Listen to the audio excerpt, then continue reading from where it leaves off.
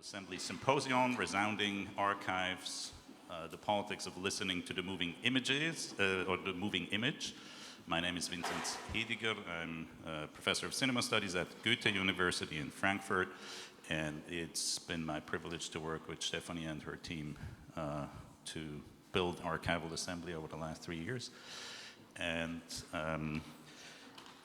it's been great to get started yesterday, and I'm very looking forward to today's proceedings. A technicality before we get started. Are there any doctors in the room? And by that, I don't mean medical doctors, but real doctors who write books. Anyone who hasn't signed their name on this list yet, I have 19 and I need 40. We'll get there as the week progresses, but I have to be insistent. So anyone volunteering, we don't distinguish normally between PhDs and non-PhDs, but the DFG does, and so we have to play along. But I'll be chasing you down, don't worry. So with that, I hand the microphone to Marc Siegel and his panel, consisting of Diedrich Diederichsen and Pavitra Sundar, and Marc will handle all the rest.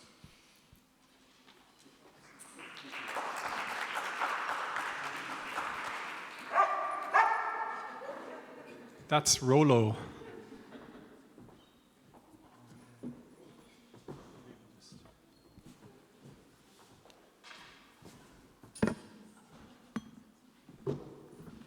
Welcome. Yes, the microphone's on. Welcome. Thank you, Vincent. I'm happy to have animal accompaniment for this introduction. As you know, the symposium is shifting the emphasis from, let's say, ocular centrism to the acoustic. And in that spirit, with this panel, the shift is from cinephilia to something that has been proposed as sonophilia. Of course, always sonophilia in the context, let's say, of cinephilia. And I'm very excited to engage in this discussion with two very interesting speakers offering different perspectives from different cultural contexts on the subject. We'll proceed in the order that it's in the program. Which means we'll start with Diedrich Diederichsen, who's a professor for theory and the mediation of contemporary art at the Academy of Fine Arts in Vienna. He's the author of numerous books in areas of cultural studies, cultural theory, philosophy, and pop music, including the two significant books of many, but I'll just mention Über Popmusik, on pop music from 2014, and his most recent book, a massive collection of over 1,000 pages called The 21st Century, which was published this year. Diedrich is also well known definitely in the German-speaking public as someone who makes really important public interventions in articles and essays on cultural politics, and I can warmly recommend his most recent example of this, a piece that was just published this month in the Berlin Review online with the fabulous title, Don't Cry Woke. Please welcome Diedrich Diederichsen. So I was asked to talk about Jack Smith and his record collection. And in order to do that, I need to explain a little bit why it could be interesting to talk about Jack Smith in such a way. And I also have to say that we don't positively know exactly what was in Jack Smith's record collection. All we know is the music that Jerry Tartaglia, when restoring Jack Smith's films, used. And he claims to do that by memory and by using Jack Smith's record collection, by memory of which kind of records Jack Smith used when he was presenting his films, or when I'm talking about the details later.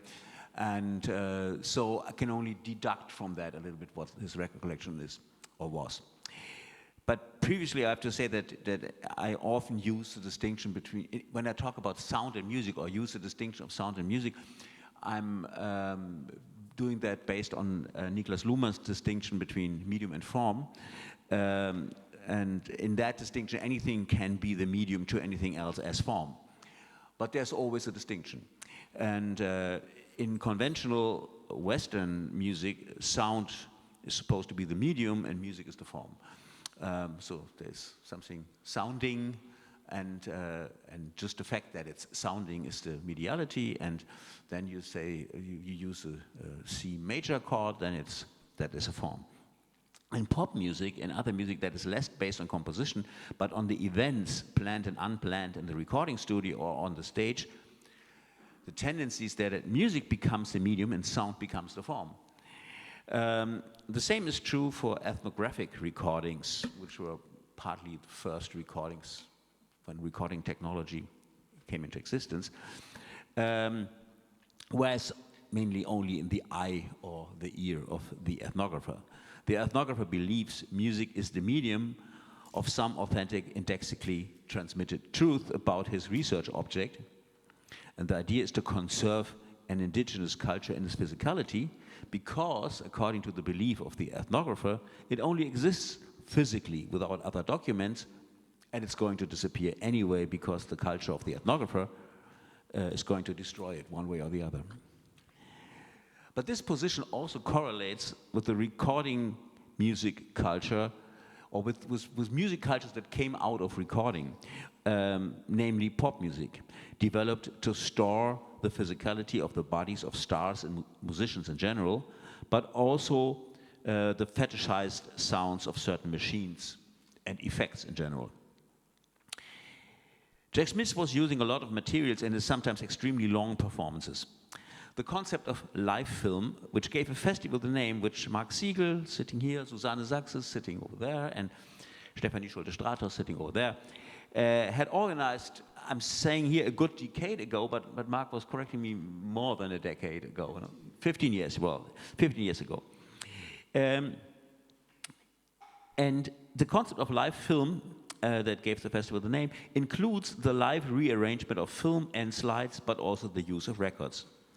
Jerry Tartaglia, who has restored or reconstructed the film material which Smith has left, has defined several sequences as films which have a title and a soundtrack, but just on the basis mainly of his own memory of how certain images and scenes had been used by Smith as relatively stable units or entities, or sometimes even shown as defined films.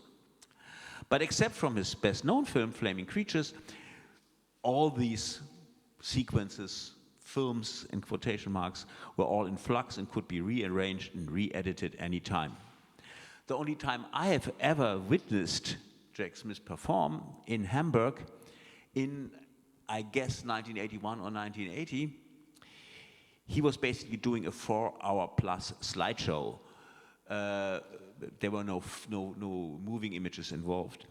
But as we know from many witnesses, his newer performances could be much longer, several days, and include moving image, of course.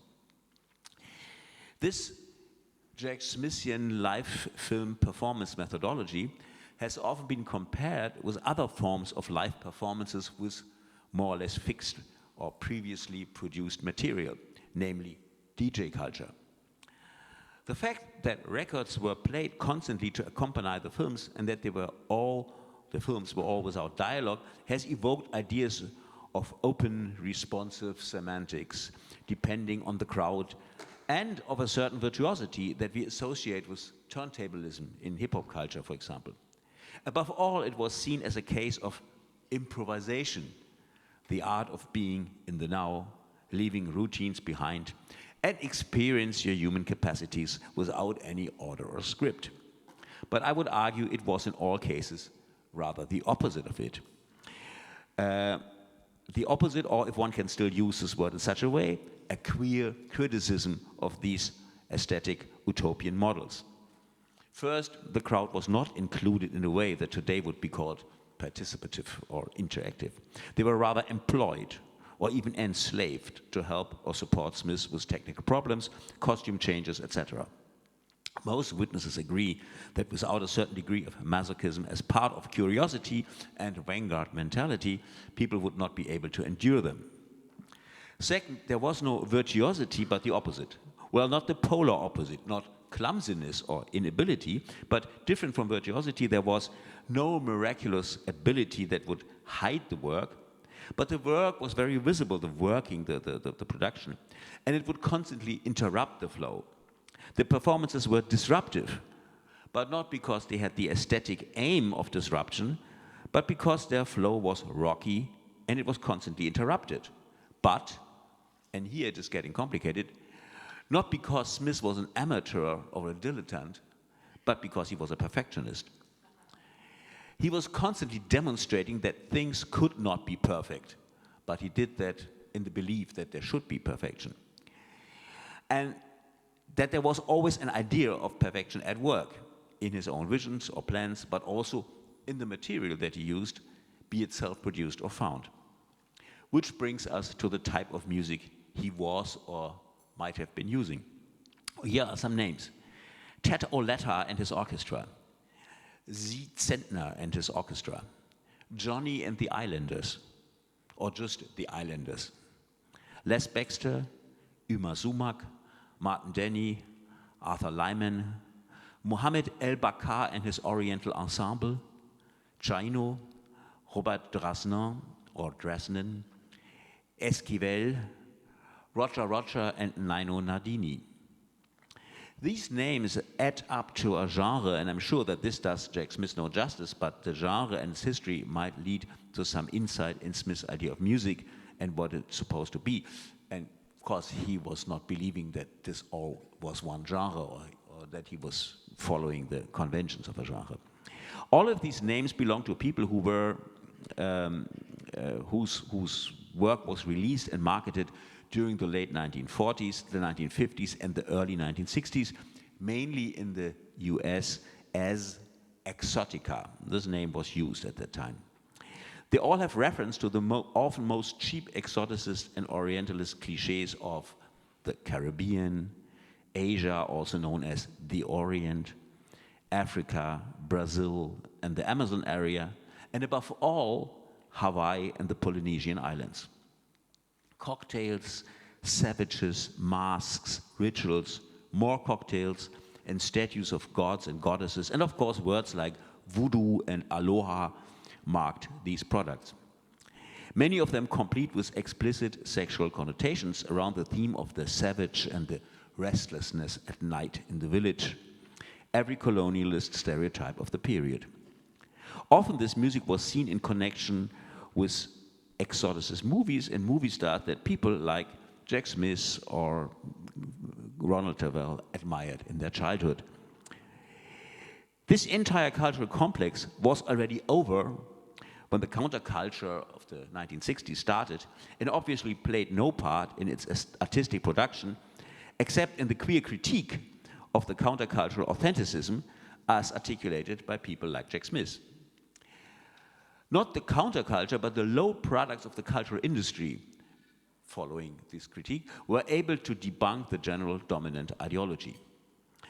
This is a highly simplified and also far too explicit version of how one can understand the use of this material in Smith's oeuvre.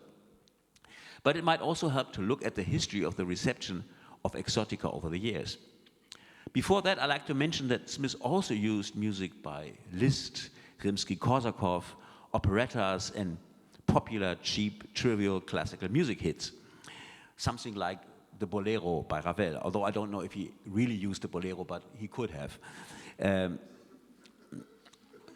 So one has to put that in context. Also worth mentioning that one of his possible models for the use of found music, the pioneer of this practice, Joseph Cornell in his Rose Hobart from early 30s, used two songs that were recorded for the Brazilian Tourism Administration in the style of then exoticized Brazilian music, like many years before Bossa Nova and the popularity of that in the US. The musicians involved in exotica in the 1950s were either jazz musicians, arrangers, and orchestra leaders, or people involved in so-called easy listening and advertisement music, or both. Most of them were US Americans, but there were others like the Mexican Juan Garcia Esquivel.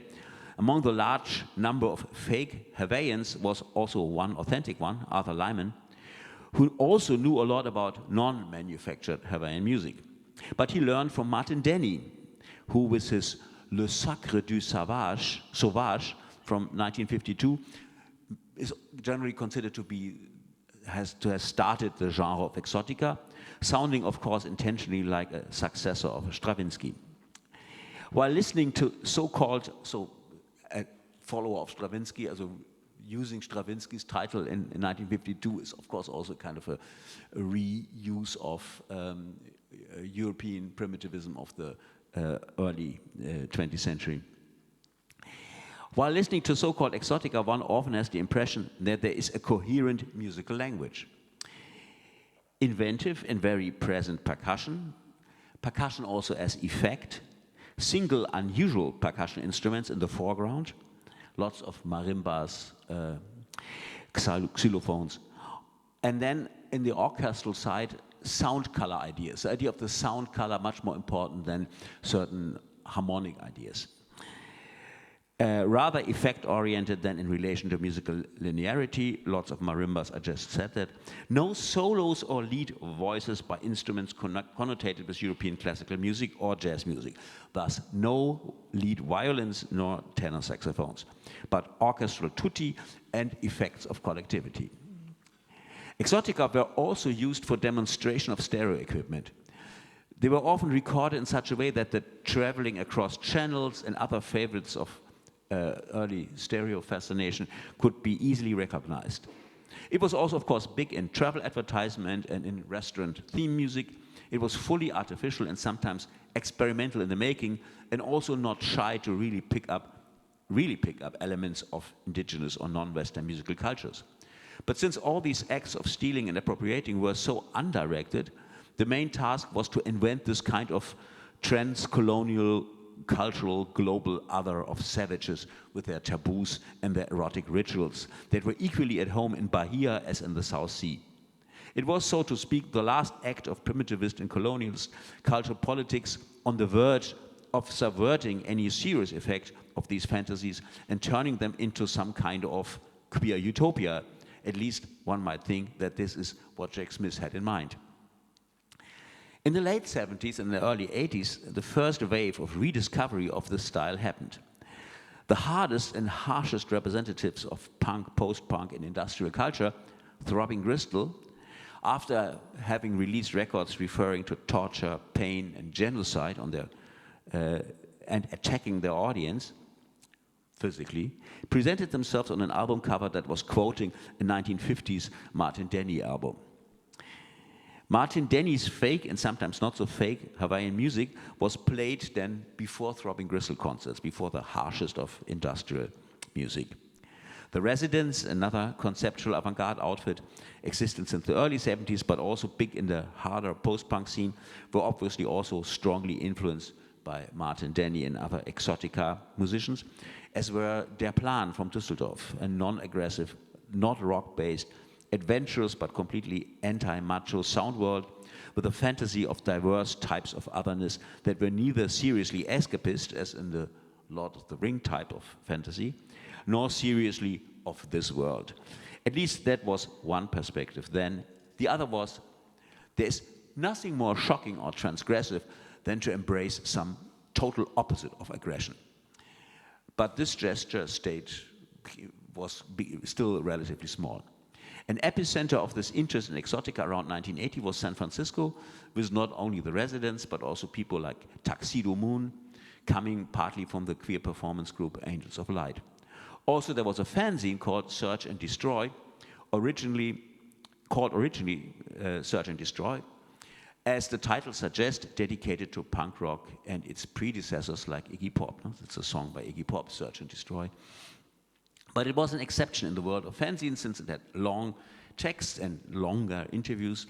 And after a while, they changed their name to Research and printed book-like editions with glossy covers, each dedicated to issues like strong women in music, and then 2 volumes dedicated to so-called incredible strange music. Among other well-known underground music characters like Genesis P. Orridge from Throbbing Gristle, also leftist political punk celebrity Jello Biafra was involved and obviously interested in that genre beyond genres. It took only a few years between the appearance of these 2 issues of research and the rise of a culture of lounges and the celebration of exotica and other easy listening genres, especially through reissues but also new bands of the genre like the Pizzicato 5 or Don Tiki, especially in Japan. We are now in the early 90s. In the center of the music was no longer necessarily the faux Hawaiian style, but the percussive and pseudo-jazzy element that went well with other aesthetic values of the post-socialist age. Afro-Cuban percussion, for example, had a long history with North American jazz, and certain elements had been prepared in all those years to become quotable. It was no longer incredibly strange, but normally strange, the readable, usual other. Of course, it was also part of the larger project of an anti-authentic, pro-artificial counterculture or underground, which was part of a certain queer culture in all those years. This project often got mixed up with exoticism and other colonial forms of aesthetic desire management, just because the available stereotypes were so obviously that, false and artificial, and therefore seemingly available for any kind of re-semanticization. In Jack Smith, or at least in the way Jerry Tartaglia has reconstructed Jack Smith's use of especially the Hawaii-based or influenced forms of exotica, seem to have certain meanings that go beyond the idea of using a music that was completely out of vogue and fashion when he made those films or conceived those performances. In general, one can say that in relation that ethnographers, pop music producers' ethos of recording exotica was reverse ethnography, using specific ethnically coded sounds not to arrive at some, of course always problematic, but nevertheless, truths of the recorded people and their bodies. In exotica, it is to arrive at a fantastic opposite of any reality, to falsify or liquidate any historical local truths. This might, in Smith's perspective, become an attractive strategy, to develop a fantastic world of queerness which constantly signals ethnicity and savageness and sex, but hides it behind a fantastic narrative. But it is never a simple queer utopia in Smith. It is equally troubled, unfinished, and often dark. Maybe 2 components can be isolated from Smith's sound. 2 elements present in the principle of energy, tension, and release in exotica might have been useful for Smith. A lot of the Hawaiian-coded music, I'm really not saying it is Hawaiian music, but seemed to be of a happy, jolly mood, which is never too excited, and which is also not subject to climaxes, movements, but consists in a continuous, untroubled, but also not really ecstatic or intense happiness of, if you wish, gayness. This is in perfect harmony with all those scenes in Jack Smith films in which you have semi-erect penises dangling for extended periods of times from performers in semi-drag. These orgies in which libido is kind of unforced fit with the colonialist idea of the lazy islander who still is having a good time. It is an energy model which is different from the threatening percussion of the restless villagers. And by the way, the sale of the Hawaiian-themed exotica fell in the US, with Hawaii becoming the 50th state. 1959, exactly the time when Jack Smith became interested. Next to the semi-excited, there is another characteristic feature in exotica that could have been attractive to Smith and also highly problematic. Many exotica records have fake or sometimes not so fake animal voices, mainly birds, but also threatening wild ones. The use of animal voices next to so-called rituals of the savage is obvious, but it was also a formula that somehow resonated with Jack Smith's concept of the creature, this kind of post-human, non-human being in, for example, Flaming Creatures. The celebration of a sexuality which is not just an undialectic opposite of the straight conformism of the age, leads to inventions to other forms of subjectivity which borrows from other, preferably highly artificial and obviously constructed and invented models, including animals, that they also had against and because of their inventedness, relations to reality, was another story. Finally, a last word on the distinction of medium and form, as well as between music and sound. Classic film music, like from the 30s onwards, imitates the sound of the world, not imitating its sound, but imitating the function. Sound as opposed to the linearity of music, which starts somewhere and ends somewhere. Sound in film music does not do that. The narrative as a form needs the medium of music to remain the sole carrier of plot and development, emerging from a sound that is either in a climactic or in a bored or in a waiting state, but just in a state, not going there, not arriving there, but being there all of a sudden, driven there by the plot or by the narrative.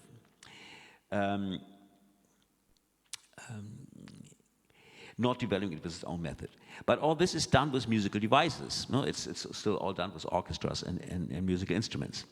Then there are, the second version would be already finished songs in films. They represent the reality in which the fictional film characters and the real audience both spend their lives. Filmic fiction thus becomes ontologically the same as the real world. There are, if you hear a song that is in the charts and it's heard by someone in a fictional film, and you also hear it in the real world, then you live in the same world. And then there are other options, the mix of infra and extra diegetical sound, songs, but songs written for the film, as in musicals, and so on.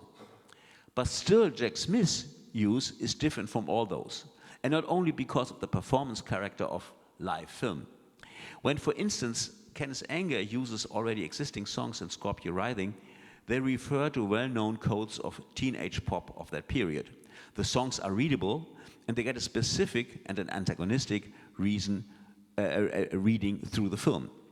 Similar things can be said of the pioneer of using existing music in that period, Stanley Kubrick.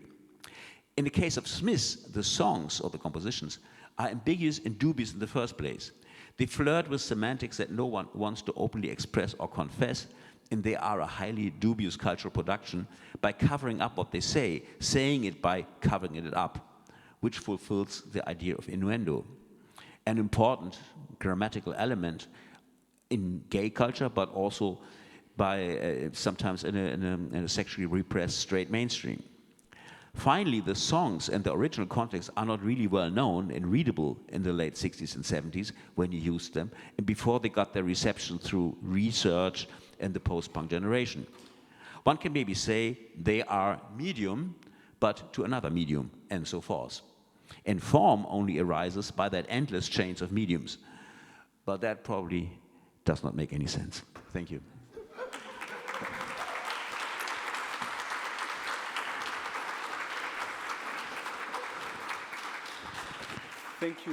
Thank you very much. Thank you very much, Diedrich, also for the wonderfully improvised sitting performance with animalistic gestures to your right. I'm happy to welcome Pavitra Sundar as our next speaker, who's an associate professor of literature and also the director of cinema and media studies at Hamilton College in New York. Pavitra is the author of a monograph from 2023 called Listening with a Feminist Ear. And in the same year, the co-editor of a fascinating book entitled Thinking with an Accent. Please join me in welcoming Pavitra Sundar.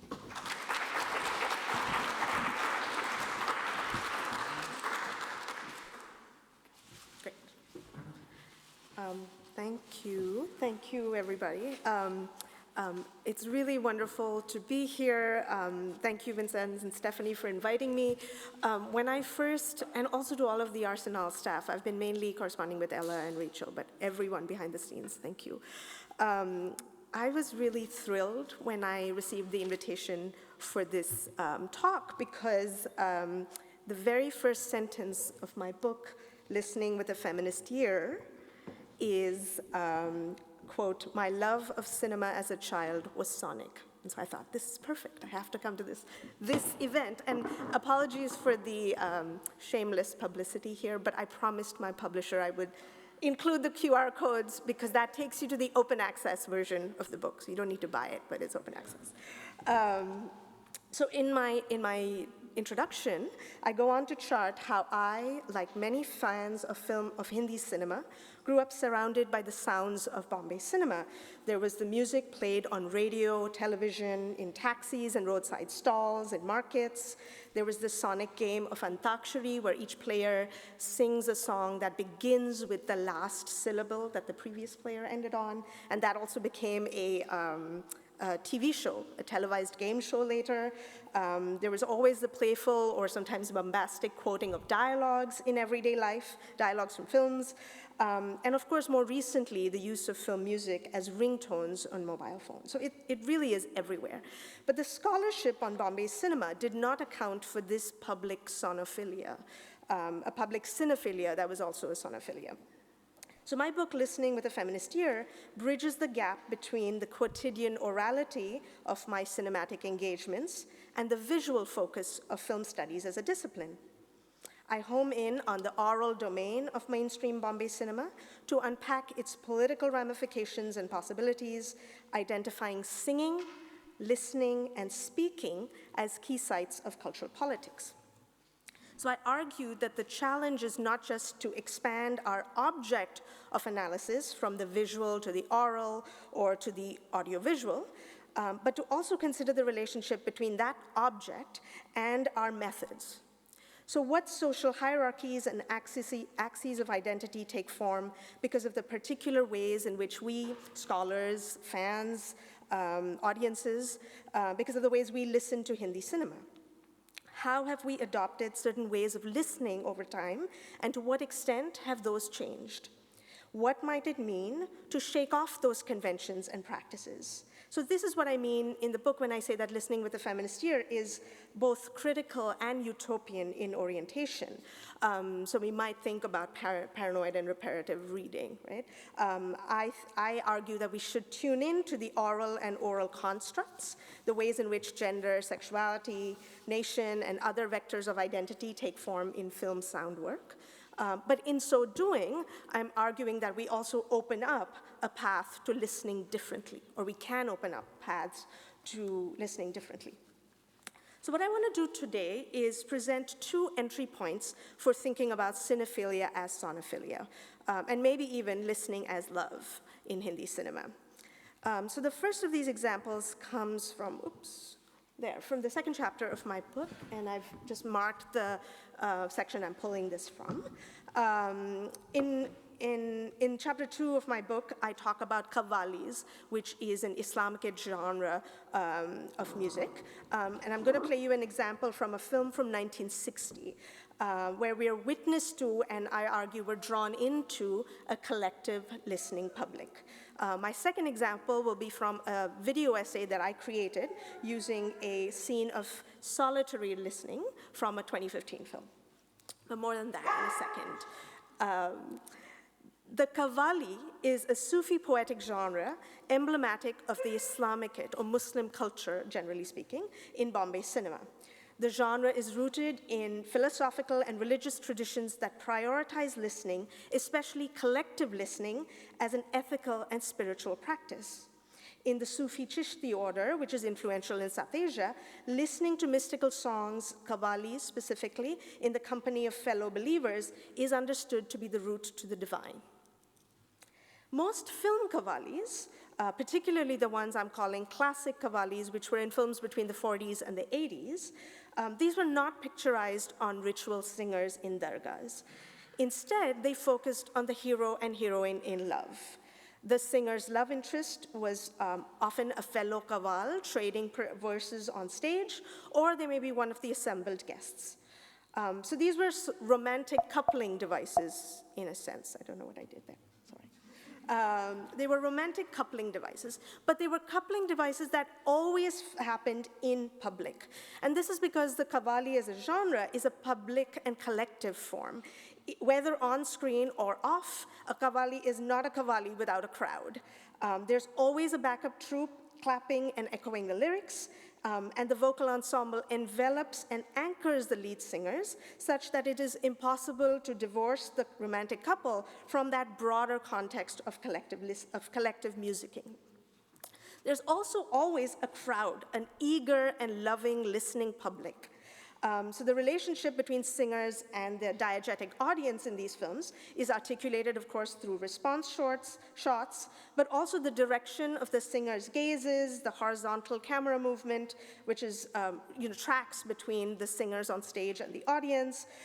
You'll often get alternating medium shots of the performers and the audience, and you always have a very appreciative audience, so they will interject with wah wah or clapping and so forth. So like the backup singers, they're very active and engaged.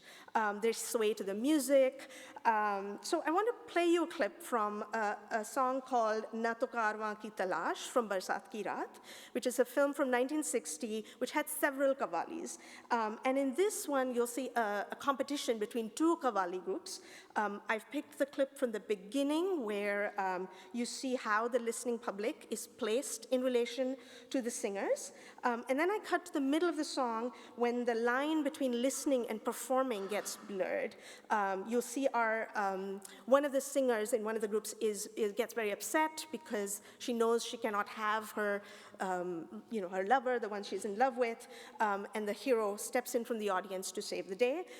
You'll see him move to the stage, and then you'll also see how his true love listens to him on the radio. And we'll come back to this question of radio listening in a second. So, this is about 3 minutes.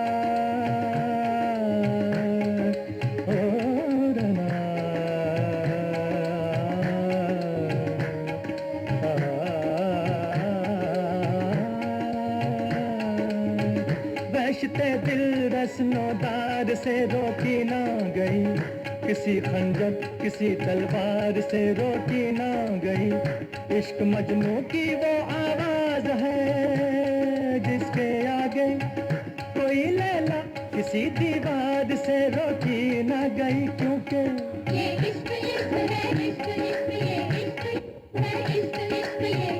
इश्क इश्क ये इश्क इश्क है Father is a cop, and that is exactly what she said. So her father doesn't want this, this romance to happen, whatever. Anyway, so she leaves her house and comes to the scene of the performance. I forgot to mention that ishq means love, and a colleague who's also written about this song counted the number of times the singers say ishq, and I think it's over 150. So this song is about love. So love, listening, and collectivity all articulated in one. In the longer version of this chapter, I argued that classic qawwalis lay claim to the nation by imagining the nation as audience. They call forth an appreciative, supportive community of listeners that are bound together in their shared appreciation of the affect, poetry, and musicality of the qawwali. There's this polyphonic and utopian space that is generated through the sounds and also through the lyrics, which are very heterodox and very, particularly on questions of romance and religion. Here, though, I want to emphasize the notion of the public being the lover that listens.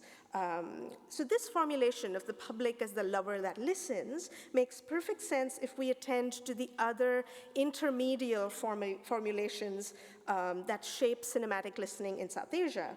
The collectivity engendered by classic qawwalis is connected to the fan culture surrounding radio and Hindi film music. As Vibhuti Duggal has argued, Hindi film songs were for decades, particularly between the 50s and the 70s, but arguably even now, they're entwined with collective and public listening formations. So her interviewees describe gathering at neighborhood tea stalls on a nightly or weekly basis to listen to film songs on the radio.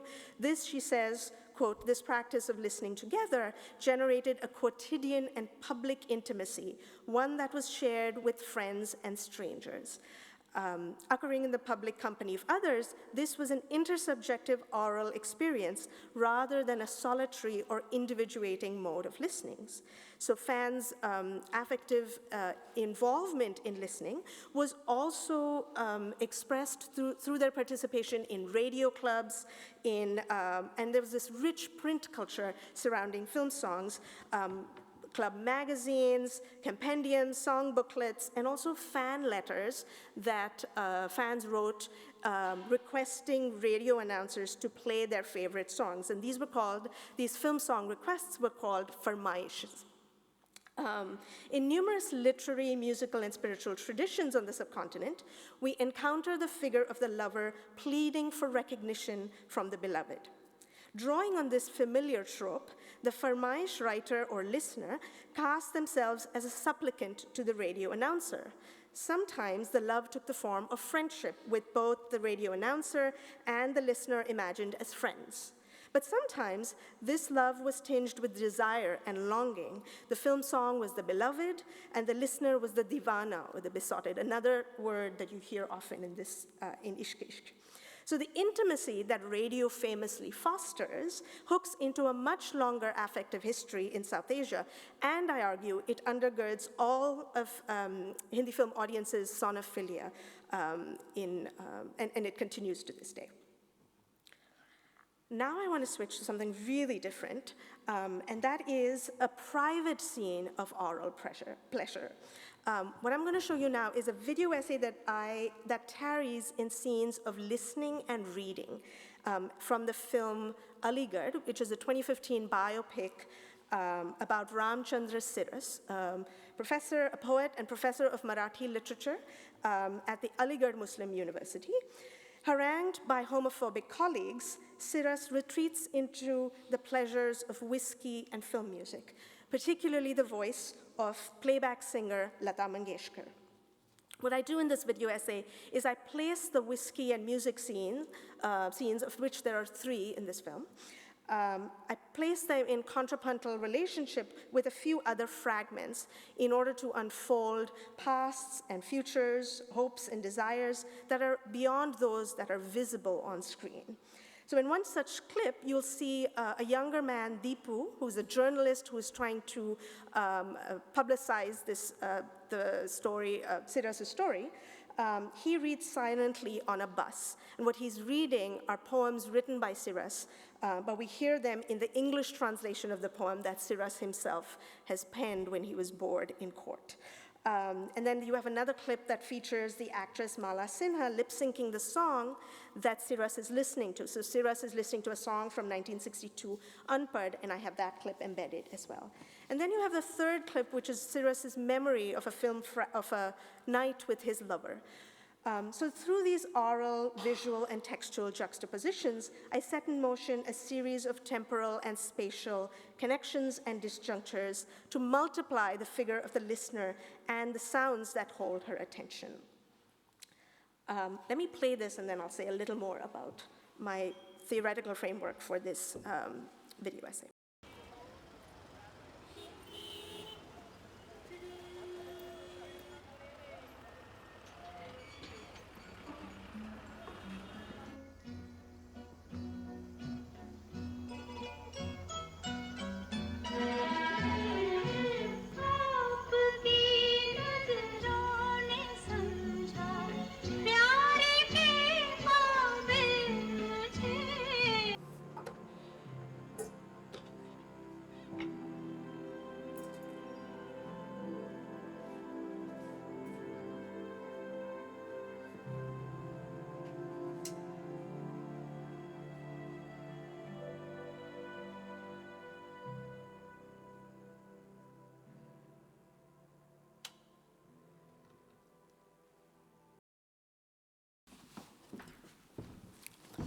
So this piece, which is titled On Listening, is one of several recursive attempts on my part to reframe listening. It takes its cue and concept from a concept and methodology that Nina Sun-Eidsheim develops in her book, The Race of Sound. She draws attention away from essentialist notions of voice as innate, as natural, and unmediated, with this concept of listening to listening. She argues that by listening to listening, we can uncover the auditory habits and discourses that reify voice. This recognition that listening is political, that it has the capacity to not only to objectify sounds, but to also unsettle well-worn habits of the ear, this recognition runs through the broader corpus of feminist scholarship on sound and music. Listening may be a sensory and interpretive practice into which we are socialized and that we often repeat thoughtlessly. But it needn't remain just that. I'm going to go back now here to Thinking with an Accent. In my contribution to my co-edited volume, Thinking with an Accent, I model a reflexive approach to listening. Rather than listening for the sound of place in other people's voices, which is how accent is normally understood, I pay attention to the place from which I listen. So it's a mode of listening that is keenly aware of its own location. Inspired by Trinh Minh Ha's sage advice to, quote, not speak about, but rather to speak nearby, I offer a way of listening that is situated and self-conscious, that seeks not to decipher the unfamiliar so much as to be disoriented by it. So in this video essay, I cover similar conceptual terrain, but I pause longer over the textures and temporalities of cinematic listening. In a nod to Eidsheim's core questions, why do I hear this person in this way? My framing text centers the experience of the listener, the I. This is not to say that listening is a radically individual or subjective experience. On the contrary, I'm suggesting that even solitary listening is a relational endeavor, a means of orienting ourselves vis-a-vis the social, material, and symbolic worlds we inhabit. In crafting this video essay, I sought to retain the stark simplicity of my source text, the room it allows to think and feel and wander. So it is a song sequence, I argue, in the book that is, there's just not much going on. It's not your usual Bollywood song sequence. I also wanted to make the politics of my intervention clear. As I mulled over whether or not I had succeeded, Nabil Zubairi's article, Listening While Muslim, came to mind. Music, he argues, quote, enacts and enables affective attunements that can become radical counter-moods and foster political agency, unquote. This, I have come to understand, is true of listening more generally. And this, in some small measure, is what I hope I have achieved in On Listening and also in my broader project of listening with a feminist ear. Let me go to the last slide. Thank you very much.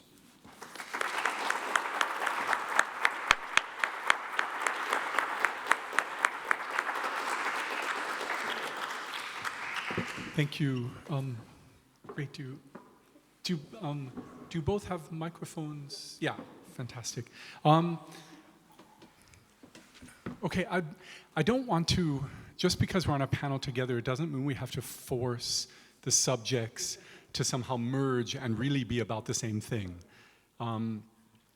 Nevertheless, I just wanted to maybe ask about one aspect that I think could be something, unless I'm understanding incorrectly, something I'd like to hear more about. Maybe it's about listening and the public, about the role of the public. And you spoke specifically about that, Pavitra, in the first part. But I think even in the second part, with this idea, as you explained, about even though it's private listening, that's also, we're also being presented with someone who you introduced as let's say, listening as a result of homophobia, which already, of course, in this case, implies a very specific public in which the listening is positioned as counter to.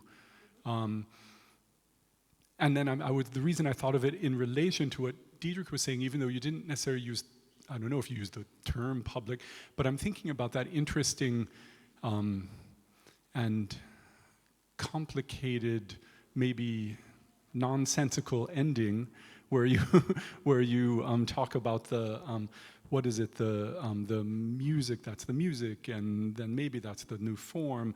This kind of, I guess, the role of the public, perhaps in the sense that Pavitra is speaking of it, if you see in Jack Smith's use of exotica, yeah, there's the queer counter public that's maybe interested in it, although there aren't really many contemporary queers who really were actually as interested in it as Jack Smith. They picked it up from him in the theater movement, Charles Ludlam, Ronald Tavel a bit, but it didn't seem to drive their creative production in the same way. But nevertheless, I'm interested in what is the role of this public? Is there an absent public there? Is Smith somehow engaging with the public? Maybe that's related to the queer critique that you see in his way of listening, if you will. But maybe we could start with you, Pavitra, if that's okay, to elaborate more on the Sure. the function of the public, the presence of the public in listening. Sure, thank you. I'm drawing on Kate Lacey's notion of the listening public, and she's very interested in the ways in which listening can create publics, even though there aren't always people present, right? So her and whether we're listening in to or listening into something that's happening or that's played on the radio, or listening out for something that may or may not come to us, there's always some imagined notion of other people, other entities, right? So that's sort of one place from which I'm drawing my notion of listening as always being relational. The other, I guess the other thing I'm pushing against is the idea that listening to Hindi film songs is always an escape, right? Film songs are often talked about as some place you go to, a sort of faraway place. But in fact, in the ways in which people listen, right, there's always a coming into the company of others in one way or another, rather than an escape to some other place or some place away. So those are some of the ideas that are sort of circling in my head. In this film, Aligarh, on which my video essay is based, listening to Hindi film songs does not actually give him the escape, because you have these three moments where he's trying to listen and the world just doesn't allow him to retreat. So the film actually keeps us from thinking about film songs as an escape, even though the character seems to want that, want to lose himself in Lata Mangeshkar's voice.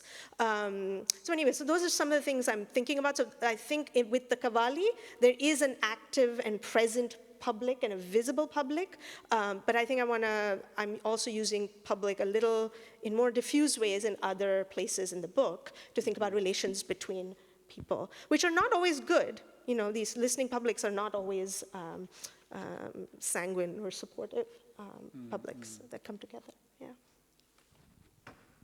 Yeah, I mean, for me, the main sociogenic component of pop music is or historically was, the fact that people were listening at home in very private, intimate, personal situations to something without anyone around them, and got touched or moved, or they had the feeling of being spoken to, and then went out into the public, and there was a bar or a jukebox or a public situation in which they could have the same way of being spoken to or touched. And now in the company of others, who in an ideal way, in an ideal situation, could also be understood as a part of the same cohort or part of the same collective. In others, they were just there. But that that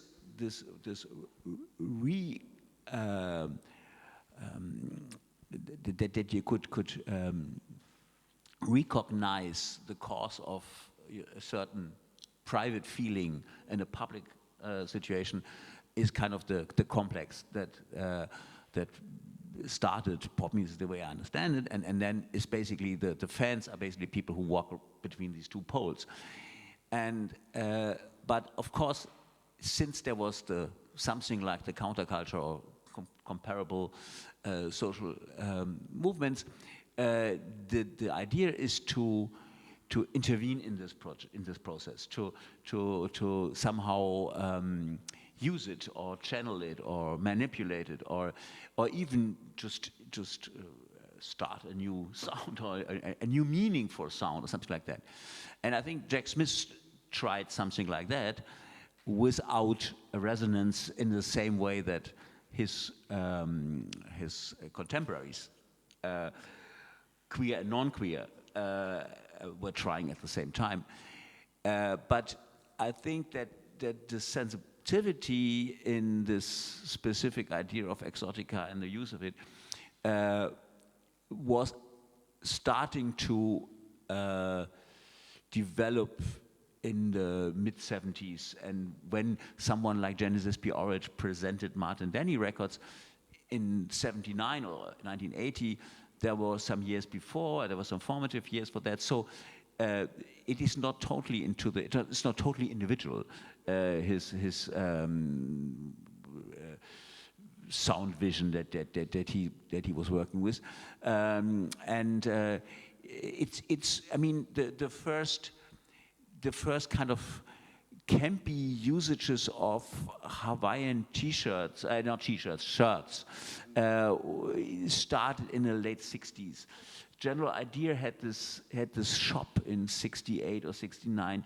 They were using music by Van Dyke Parks that was referring to the tropics, and they had shirts like that. And this was like in full countercultural times in Toronto. So there was already something starting, but in Jack Smith's use, he could not really be aware of it, but he was of course trying to, and so there was a beginning, an early resonance. But he continued to do that, and I think by 1980 there were more people who had the same idea of exotica that he had. At the same time, of course, there was also still a memory of the 50s when this was dominant hegemonic culture. Exotica was a part of that, and of course, parts of the 1960s hated it for that reason, no? And yeah. Yeah, and to the last part of your question, sorry, about the, I think that the clear distinction between medium and form in certain historical, cultural genres or practices has been it has been a means of changing formats and genres by reverting this. and not intentionally and not consciously often, but it is just the easiest thing to say is, well, this is a boring track, but the bass line is great, this is the shift from you change medium and form, but of course once you understand this game, it's also getting predictable, or it's not so powerful anymore, and that's what I think it's an idea of endless Vorlust that Adorno and other critics of the cultural industry accuse cultural industrial products of endless Vorlust. As you always have not the real lust, but Vorlust, and I think this is to that when a medium not produces a form, but another medium, but another medium, but another medium, this is like that, but as in so many critiques of the critique of the cultural industry, reverted and seen as a positive thing. Then this thing, it's the semi-erect penises are a similar register than that, and I think that's maybe the formal side of what Jack Smith is trying. I was just going to, one thing that occurred to me was this is all, in both cases, also about the circulation of particular musics, the availability of them around the world at particular historical moments, and in the Indian case, the availability of certain technologies. So few middle-class people even had radios, in the 70s. So so you would ask your neighbor to turn up the volume on the radio so that, the music would waft in from the neighbor's house and you would listen in those ways. You would have to go to a shop to listen to it. So some of it is also about the availability of technology at particular moments. I'm glad you bring that up. I was interested in the radio. I'll just have one minor little comment and then we'll open it up for questions. But just about the radio, because I was thinking I've done work on Werner Schurter, German filmmaker, for whom listening on the radio to opera, to Maria Callas, to Caterina Valente, also a kind of Maria Callas figure for Werner Schurter, was central to his aesthetic vision, I think, and listening to records. But so I'm interested if you could, and I think I wondered just about the role of listening, listening. Does listening take place without looking? Listening, we talk about listening to records, listening to the radio, but listening to records, are we looking at the record covers while we listen? And I'm trying to maybe question the purity of the listening experience and wondering if you could reflect a bit on that, maybe through reflection on the technologies. Yeah, sure. In the case of Hindi cinema, yes, listening, I wouldn't call it pure in any way, but I think it was possible to listen without looking, or listen without calling to mind the film in particular, because a lot of people listen to the music over the radio, but had never watched the film. I mean, I still listen to more music than I watch films, you're right? And so so they were not consuming it through television. That was really only in the 80s that countdown shows began appearing on television, and then, of course, later on the internet. So for a lot of fans, they listened and without the films in mind. They might not know the plot of the film, they might not know the way it was picturized, but they might also associate the sound of the voice with the playback singer or a particular actor rather than the characters on screen. So I think there was, and similar to the ways in which playback singing as a technology developed in India, where the sound and image could be imagined by audiences in different ways than just, as emanating from the screen. I think that was also in play in the ways in which people, in Hindi film music in particular. I was going to say something else and I forget, but maybe I'll come back to it. Yeah, and I think that well, first, of course, you look at the album cover. In the case of listening to a vinyl record from an album, in that case, you listen to the album cover, and you can probably prove that 99 out of 100 album covers are thinking of that. They are made for to be looked at while listening because they either show someone you're supposed to desire or someone you're supposed to be wanting to be like that person, or thirdly, showing you a landscape or a world which you would like to be in. And that is one thing. The other thing is that I think every listening to a recorded sound involves the same kind of, not the same necessarily, but some kind of punctum experience as looking at a photograph. The difference is that the repetition of the listening experience, as opposed to looking again at a photograph, is making this experience stronger and is doing something with the punctum effect on you as a listener with a certain listening history, especially if you are listening again, like in a certain historical distance or time distance, temporal distance, like 5 years later or 10 years later, and which is not the case, not necessarily the case if you look again at a photograph. But I think that is in recorded music always involved, and yeah. Yeah, maybe just an anecdote that I know, and we'll open it up. And could we also have the lights in the audience too, please? That Mario Montez, great drag performer with Jack Smith, had he jerry-rigged his television so that he can record the film soundtracks from the like 30s, 40s, 50s films that they would watch together, and then there would be listening sessions where Charles Ludlam, Ronald Tavel, and different figures in the queer theater world would come and listen, and that's why in a lot of these plays you actually get exact dialogue from these films that maybe were not, there are no DVDs. So it was these kind of recordings, which I think is an interesting anecdote. Yeah, Stephanie, yes, first, please. Yeah, first of all, thank you both so much. It was wonderful listening to you. And Diedrich, since you mentioned our festival, I filmed Jack Smith, 5 Fleming days in the rented world. I just wanted to throw in some background information and some gossip. The background information was like the reason why we did this festival in the first place was that we had the estate of Jack Smith. Jerry Tartaglia had given it to us, and we did not know how to archive film and sound if they're separated. Not just to archive, but also then how to present it, to archive and to curate this estate without Jack Smith as the performative connection between the two. So that was the reason.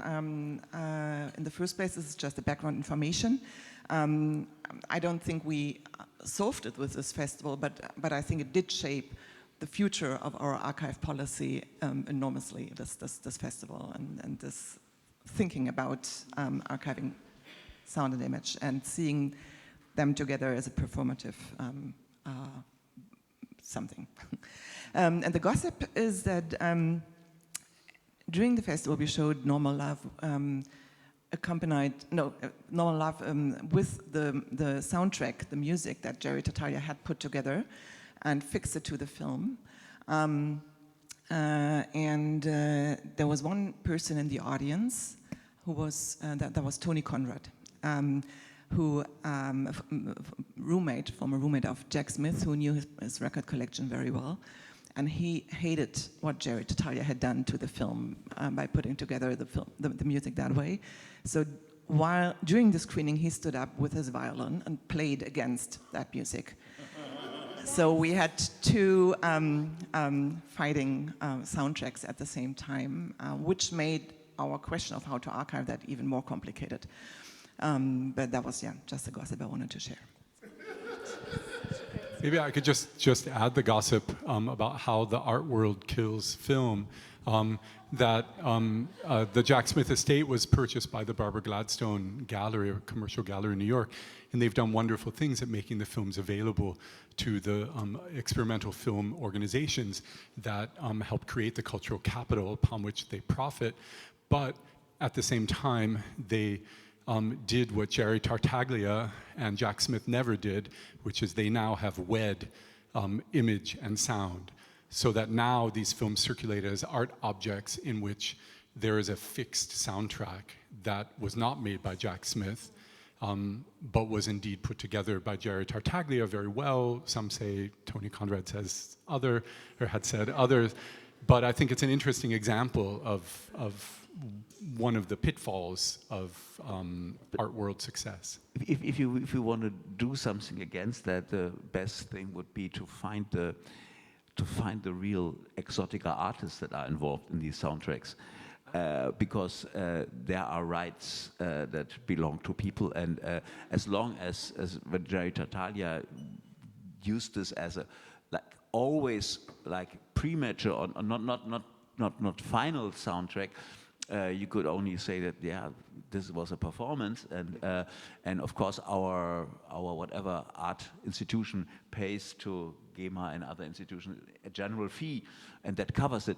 But once it's married, it's fixed to the moving image, there's a copyright issue, and that would be a way to splice it up again, maybe. Maybe someone else would like to do that. I see a comment in the back.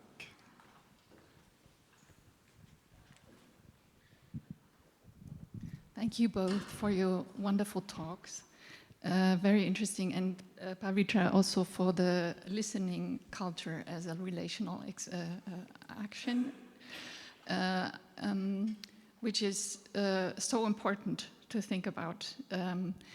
I have some thoughts about two aspects which connect with both of you, with what you said.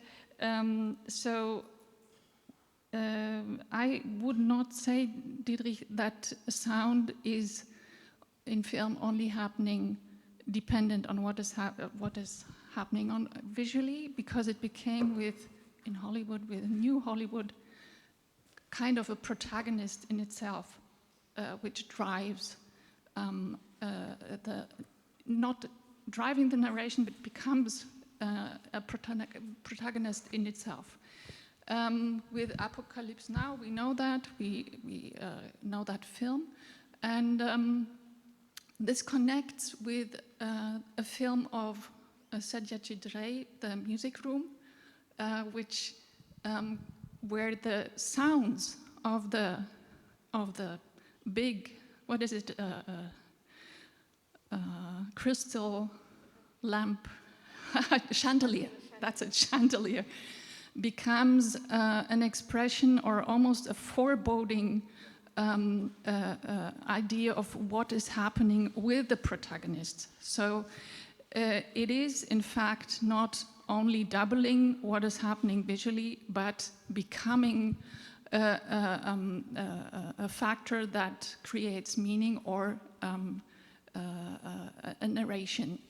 And I would kind of like to hear your thoughts about, and then for you, Pavitra, another question, because I performed in India as a musician, and what I experienced was that in general, not only with film, because the music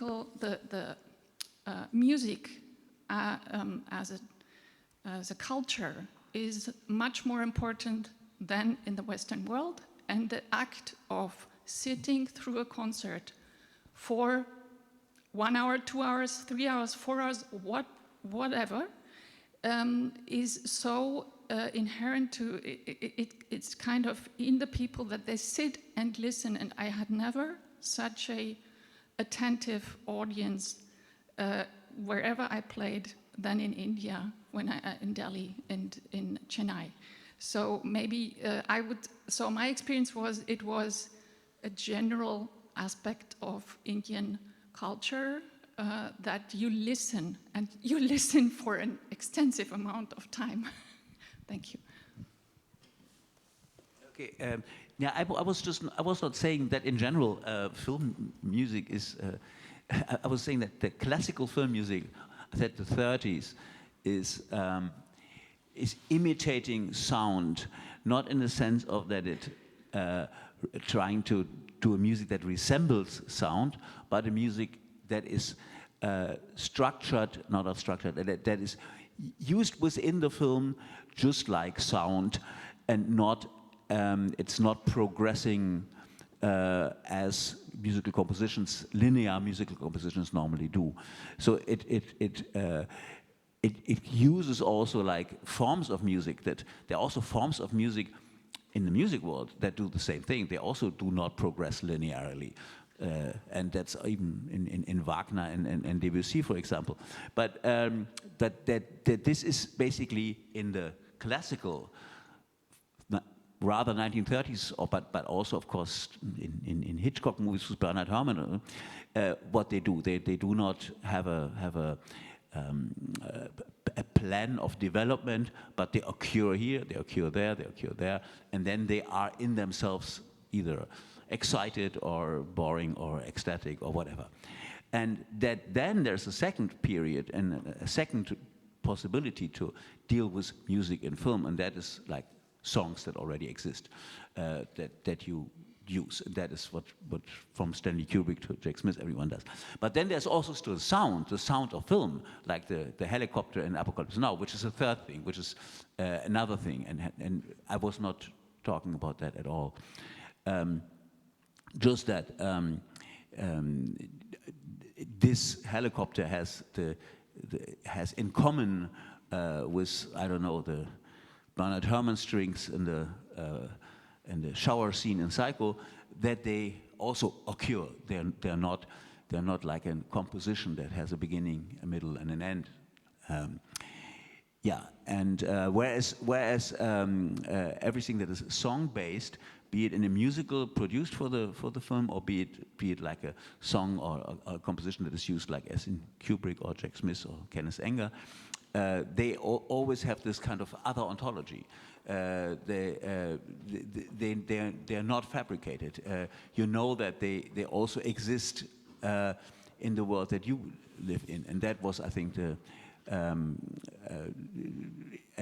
certain Herausforderung, challenge for the for using them. Thank you for your comment. When you were talking about attentive classical music audiences, I think that's absolutely true. I've also experienced that, not as a performer, but an audience member.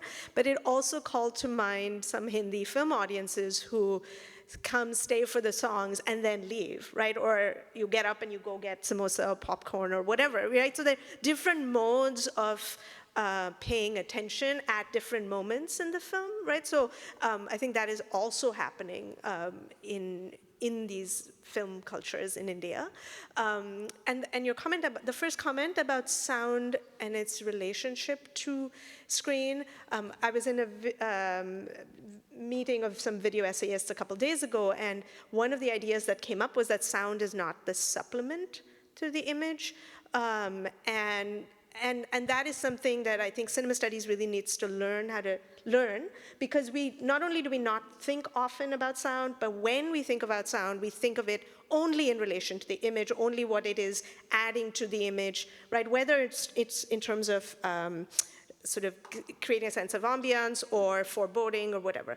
But one of the things I want to argue is that sound is also doing other things. It's related to lots of other stuff that may or may not have to do with the film at all, that listeners can then do something with as we listen. So yes, thank you for that comment.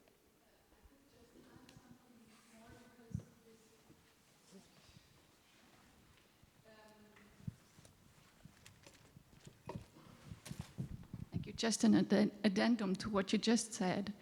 It is because I'm working for contemporary films and composing and playing and improvising for silent films. So I'm coming from that side. And also in the production of films, it's very interesting that me as a composer, I always treat sound and music like I treat sound musically. I compose sound. That's what I do. So for me, it is important to have both, think of both in the work for a film together. But in the production of films, usually what you do music, we need 3 minutes and nothing else. And I always ask, okay, give me what is happening sound-wise, because I need to relate to that rhythmically, atmospherically, etc. And there is also, from that side comes the line of production is you do music, you edit, and then you have the sound. It's completely apart from that. And I always want to. It's a hassle, but it happens. It's very interesting and much more satisfying to work to think it together. Yes. And yeah, Yes. thank you. Yes. Great, thank you. Are there other comments or questions? We have just about 10 minutes. Yes, Erica, please. Thank you, and thank you for a fantastic panel. I have a question for both of you, which is about, it's sort of related to the discussion that we've just been having, but it's really about what thinking about listening in the way that you've both been doing. The question takes us back to archived images and how we think about archived images. I was interested, Pavitra, that you cited Tina Kamp's Listening to Images, which I think is a brilliant book, which does precisely that. So she's working with, as you know, ethnographic collections, and she's talking about how you find within images that are made for different and regulatory purposes, how you find a different affective register. And she actually she uses a word, I was just looking it up, she uses a word that came up yesterday. She talks about recalibrating our relationship to the image. And I've been trying to think about this in relation to all of those debates in semiotics about the sign, and is the sign an index or a trace, or is it performative? Is it a speech act? Does it articulate something in relation to an implied audience or viewer? And you've both said in your answers about publics, you've both talked about that, about the address of the sonic sign, if you like. And so I'm just interested in whether thinking about sound then perhaps also alters our perception of how we, or an understanding of how we approach images in the archive, silent images also, as in the case of Tina Kamp. Thank you for that very rich set of ideas, and I'm not sure I have a clear or coherent response, but I'll say that I think this brings me back to our conversation yesterday about how we listen and how we do the work that we do. So I imagine we have to learn how to approach or improvise ways of listening to archival image in different ways, depending on the particular histories of those images or the institutions they're in. It might demand different listening practices, or we listen for different things in those images. So that's one thought that comes to mind. I do think with Tina Kamp's work, it is, I think you cannot listen in the way she does unless you account for unless you know those histories of violence that accompany those images, right? So in some ways, all that surrounds those images and constructs those images shapes how we listen to, how she approaches those images and listens to them. So yeah, I think all of this has to be very dynamic and not singular. So thank you. Well, in terms of what you call the semiotic side, I mean, I think there are lots of really basic distinctions of the cultural purpose of a listening act or listening practices, whether it is about the kind of a Erschließung experience of the world, or the certain appearance, the sudden appearance of a truth, and whether one or the other is intended by either artists or a cultural situation or whatever. So the idea to for example revert a relation between a main event and a carrier, a medium and a form, for example, can be artistically, aesthetically, from a production aesthetic perspective, an interesting